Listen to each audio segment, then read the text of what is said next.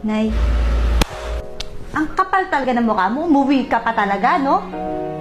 Puro kahihiyan na lang talaga ginagawa mo sa akin? Ha? Nay, magpapaliwanag ho ako. Tigilan mo ako. Ikaw na bata ka. Ayusin mo yung mga kinikilos mo. Dahil kapag ang biyenan ko, napansin yung mga pinaggagawa mo, hindi naman ikaw ang malilintikan eh. Ako. Sinisira mo mga plano ko, ha? Tsaka tingnan mo nga yung pananamit mo. Parang hindi ka anak ng mayaman.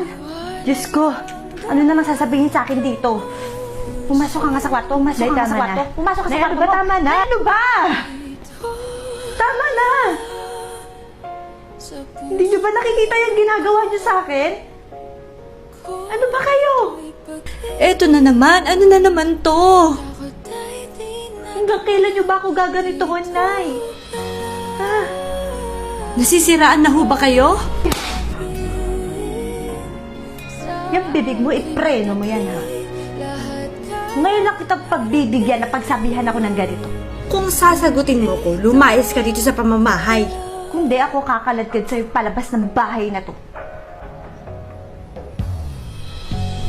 Di mapigilan ang lungkot na nadarama. Bes, sigurado ka ba? Oo, subukan mo na kasi, Bes. Nahihiya ako eh. Hindi naman ako masyadong showy kay nanay. Di, dali na para magkaayos na kayo. Okay, sige. Pupuntahan ko lang, ha? Ayun, sige ha, bilisan mo. Talaga? Ako para sa akin, hindi ko talaga alam. Ang dali-dali ng lokohin ng batang yun. Sabagay, siguro dahil hindi ko siya anak. Tama. May point ka naman kasi, Mars. Palasagot pa naman yung batang yun. Kung anak ko yun, baka nataypan ko na yung bibig mo. Mo, Mars, hindi pa niya alam na ampon siya. Ay, naku, patay tayo dyan pag nalaman niya. Correct, Mars. Eh, ano nga ba kasi plano mo? Anong balak mo? Wala naman akong balak sabihin. Wala rin naman akong pakialam sa nararamdaman niya. Diyos ko, Kamari, ang sakit Grabe yun. Ito, maiba tayo. Paano pag nalaman niya? Hindi niya yun malalaman, Mare. Siyempre, ako pa ba? So galing kayong magsinungaling? Anyways, gusto niya ipagtimpla ko kayo? Okay.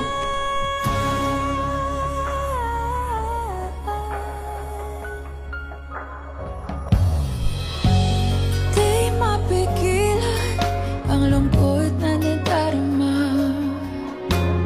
Para bang dahong ligaw sa hangin. At nung dumating ka, parang magandang panaginip. Kasama ka sa Aba, lakad na lakad tayo ha. Saka na naman pupuntang bata ka. Hindi ka pwedeng umalis ngayon. Kailangan mo akong tulungan dahil paparating na sila at sabay-sabay tayong kakain. kung ito'y pag-ibig. Aba, bastos tong bata to. Halika. Pwede ba? Huwag na huwag mo akong hahawakan. Sige, subukan mo. Ang lakas ng loob mo, sasampalin mo talaga ako? Bakit? Ina ba kita? Ano? Tinatanong kita kung ina ba kita? Oh. Nagulat ka, no? Akala mo hindi ko malalaman lahat ng baho mo? Kaya pala ang layo-layo ng ugali ko sa ugali mo. Tama lang pala na ganyan ang trato sa'yo ng gustong-gusto mo maging biyenan. Dahil sinungaling ka? Akala mo hindi ko mabibisto yan lahat ng mga kasinungalingan na itinago mo sa akin sa loob na ilang taon? Anong pinagsasasabi mo? Pag nalaman ko na may kinalaman ka, sa pagkawala ng mga magulang ko, babalikan kita. Makapanamit ka? Galing mo, no? Naitago mo yung totoong kulay mo. Pero eto tatandaan. Ang basura, kahit na ibalot mo yan sa napakagandang pambalot, sumisingaw pa rin ang baho niyan. Kaya mag-ingat ka. Dito sa aking